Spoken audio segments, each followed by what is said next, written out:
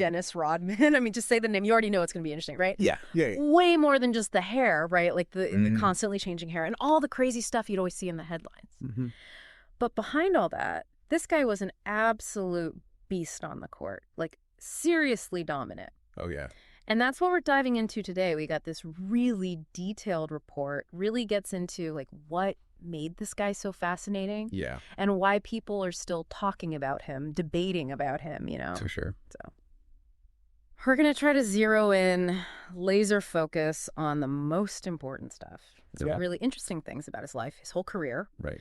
You know, for people who want to really understand these kind of figures, the ones you just can't ignore. Mm-hmm.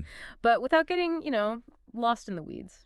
That's what we're doing here. Absolutely. Huh? I think what's so interesting right off the bat is that this report, it doesn't just jump into the NBA stuff. It really lays the groundwork. Like, paints a picture of his early life. Dennis Rodman did not have some, like, you know, typical easy path to stardom. Right. Born in Trenton, New Jersey. Okay. And the report uses these very specific phrases, you know. It says humble beginnings and even instability marked his early years. And I think you got to understand that. Yeah. To really grasp how different his journey was. It's so true. And you said it, like, he wasn't some prodigy, not like some kids where it's like, oh, he was destined for the NBA since, you know, Yeah. he was 5 years old. This guy, the report makes it clear, he was a late bloomer. Yeah, absolutely. He didn't get serious about organized basketball until he was like, what? Pretty late. Late teens? I mean, that's crazy to think about. Right. The guy who's maybe, arguably, you know, the best rebounder ever, starts that late. Then he goes to Southeastern Oklahoma State. Yeah. Not exactly a basketball powerhouse. blue blood program, right? Yeah. An NAIA school. But he kills it, becomes an All-American. Yeah. It's like that raw talent, just pure ability. It had to find a way. It's like it couldn't be contained. Right, exactly. Like no matter where you put him, it was going to come out. And that's what's so cool about it. It reminds you that, you know, talent can show up anywhere. Absolutely. And then, of course, 1986, NBA draft. Detroit Pistons. They take him in the second round. The Bad Boys Pistons. Man, those teams were something else. You can't talk about early Rodman without those Pistons teams. You can't. It's like... I mean... This report, the analysis they do here, is spot on. They really emphasize how important he was to that team. That whole identity, so physical, so tough. Just... I mean, they just shut teams down. Right. His defense first. It was all about, like, wearing the other team down. Just being tougher than them. Grit. And, of course... owning the board. Rebounding. That was Rodman. Like, the heart and soul of that. Absolutely. And, I mean, the results speak for themselves. Oh, yeah. Back-to-back Defensive Player of the Year awards. 90, 91. Yep.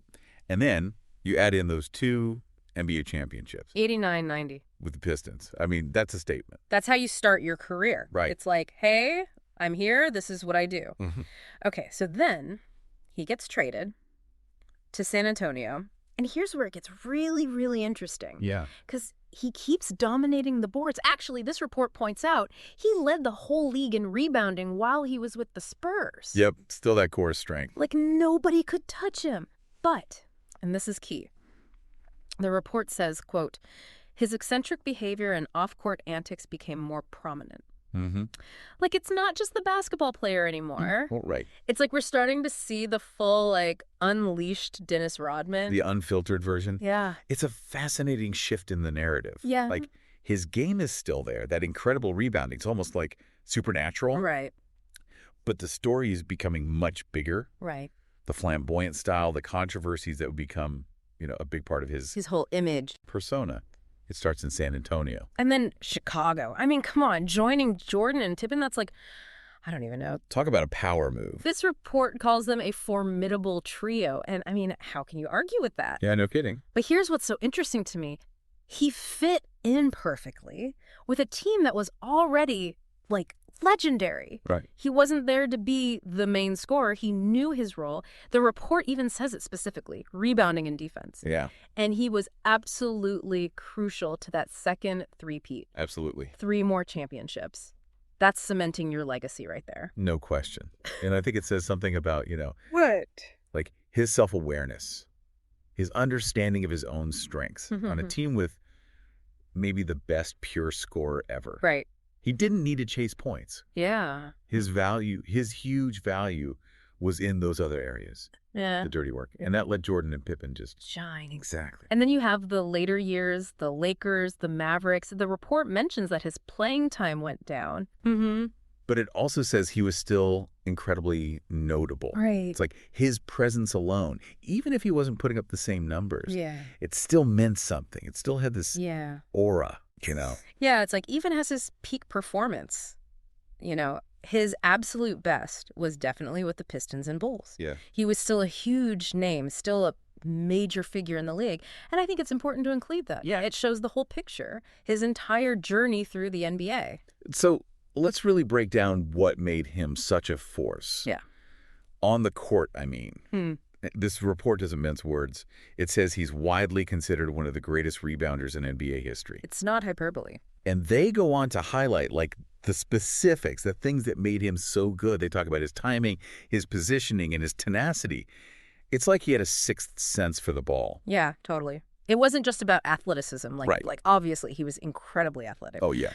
But rebounding at that level, it's almost like, it's about anticipation. Knowing where the ball's going to go before it even gets there. Understanding the geometry of the court. And then that pure will to get the ball. Like a hunger for it. And it wasn't just about grabbing the ball. I mean, he was an amazing defender, too. Right. The report calls him relentless and versatile. Yeah, he was just disruptive. He did not want to go up against Dennis Rodman. Nope. And the report even gets into, like, the data. They talk about his rebound rate. Okay. Which is basically the percentage of available rebounds he got while he was playing. Interesting. And his numbers were, like, way higher than anyone else's. It's like he studied shot trajectories.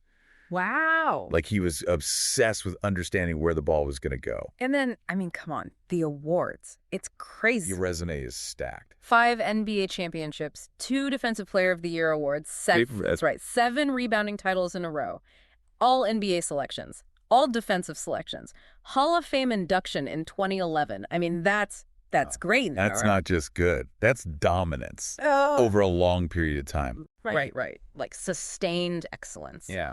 Okay, but now we got to talk about the other side of Dennis Rodman. Just as prominent, just as much a part of his story, the controversies, his whole, public persona.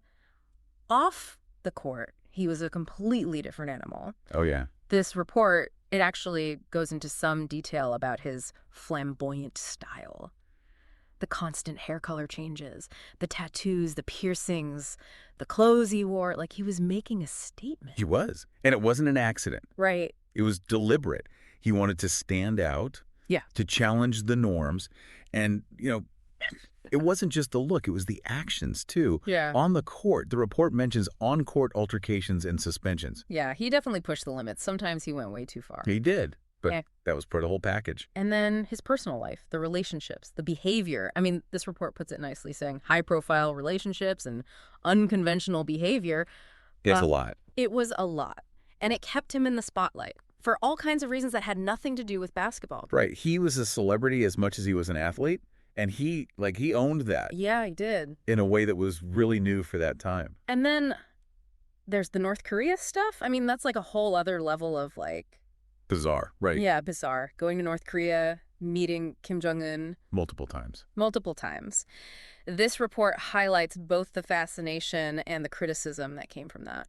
It's a part of his story that's just, there's nothing else like it. Yeah, you don't see other athletes doing that kind of thing. It raises all these questions about, About what? Like the role of athletes in politics. Yeah. In international relations, even if it's totally unconventional. Right. Okay, so there's one more thing we have to address. It's important. Yeah. This report mentions this recent death hoax. So for anyone listening, just so you know, those stories that were going around online saying that Dennis Rodman had died. Completely false. Totally false. We have confirmation that it was a hoax. It started on social media. Yeah. Early April 2025. Yeah. And of course it spread like wildfire, unfortunately. But the good news is Dennis Rodman himself has said publicly that he is alive and well. Yep. Put out a statement, shut it down. And this report, it makes a really good point about this whole thing. Yeah. It says this is a perfect example of the dangers of misinformation. Absolutely. And how crucial it is to check your sources, Make sure you're getting information from somewhere reliable. Especially these days. Especially these days, yeah. It's a good reminder for everyone. So, okay, we've covered a lot here. What's the takeaway? What's the lasting impression?